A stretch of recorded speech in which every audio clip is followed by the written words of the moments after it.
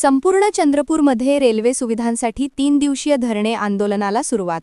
मुंबई, पुणे, कोलकात्याशी थेट रेल्वे जोडणीची चंद्रपूरकरांची आग्रही मागणी। कोरोनापासून बंद असलेली मुंबईची विशेष गाडी सुरू करण्याची मागणी पुन्हा जोरात। रेल्वे सुविधा संघर्ष समितीचा इशारा। मागण्या मान्य न झाल्यास आंदोलन आणखी तीव्र। चंद्रपूर जिल्ह्यातील वाढत्या रेल्वे समस्यांकडे शासनाने तातडीने लक्ष द्यावे, या मागणीसाठी आजपासून जिल्हाधिकारी कार्यालयासमोर 3 दिवसीय धरणे आंदोलनाला सुरुवात झाली आहे। रेल्वे सुविधा संघर्ष समिती आणि सर्व स्तरातील चंद्रपूरकरांनी एकत्र येत हे आंदोलन छेडले असून संसद अधिवेशन आणि राज्य सरकारच्या चालू अधिवेशनात या प्रश्नांना प्राधान्याने स्थान मिळावे यासाठी जोरदार आवाज उठविला जात आहे। राज्यात मुंबईनंतर सर्वाधिक रेल्वे महसूल देणाऱ्या चंद्रपूर जिल्हा, पण तरीही थेट मुंबई, पुणे आणि कोलकाता यांच्याशी जोडणारी रेल्वे सेवा अपुरीच आहे। अनेक वर्षांपासून नागरिकांकडून सातत्याने ही मागणी होत असताना अद्यापही पायाभूत सुविधा पुरवण्यात होत असलेल्या दुर्लक्षाबद्दल आंदोलनकर्त्यांमध्ये तीव्र नाराजी आहे। कोरोना काळात बंद झालेली मुंबईसाठीची 4 डब्यांची विशेष गाडी अद्याप सुरू झालेली नाही, तर चंद्रपूर-पुणे रेल्वे ही अजूनही अनियमित असल्याने प्रवाशांना मोठ्या अडचणींना सामोरे जावे लागत आहे। खनिज संपत्तीने समृद्ध असलेल्या आणि राज्याला मोठ्या प्रमाणात महसूल देणाऱ्या चंद्रपूर जिल्ह्याला मिळणारी ही सापत्र वागणूक तत्काळ थांबवावी अशी ठाम भूमिका आंदोलनकर्त्यांनी घेतली आहे। जिल्हाधिकारी कार्यालयासमोर सुरू असलेले हे 3 दिवसीय आंदोलन येत्या काळात अधिक तीव्र करण्याचा इशाराही समितीकडून देण्यात आला आहे। चंद्रपूरकरांच्या न्याय्य मागण्यांना शासनाने सकारात्मकरित्या प्रतिसाद द्यावा अशी अपेक्षा नागरिकांनी व्यक्त केली आहे। सभी मेरे प्यारे बंधुओं, चंद्रपुर निवासियों, गढ़चिरौली निवासियों, यवतमाल निवासियों से नमस्कार। हम लोग आज 6 दिसंबर से उपोषण पे बैठे हैं। इसका कारण आप लोगों को सबको मालूम है, फिर भी मैं आपसे एक निवेदन कर रहा हूं कि 6 तारीख, 7 तारीख और 8 दिसंबर 3 दिन हमारा ये उपोषण सुबह 11 बजे से शाम को 6 बजे तक यहाँ रहेगा।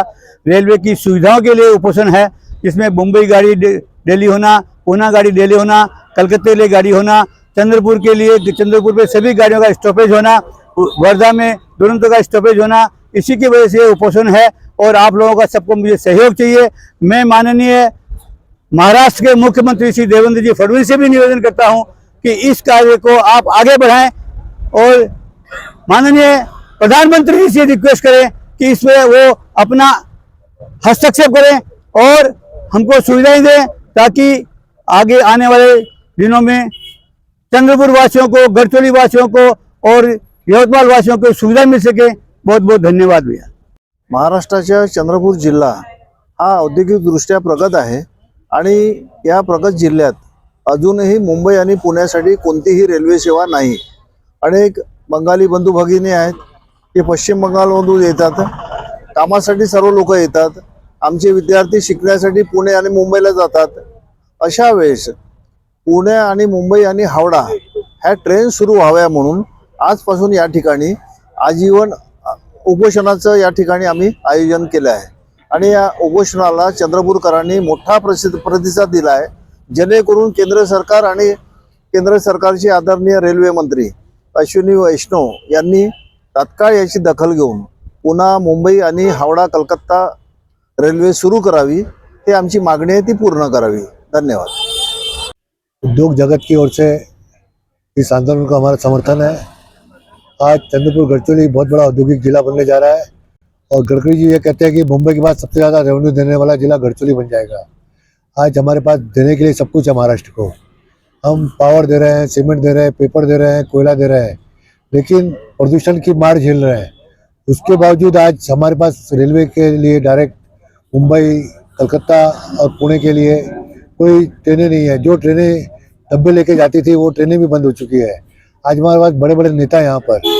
आज हमारे पास बहुत ऐसे लोग हैं जो ये काम बहुत आसानी से कर सकते हैं।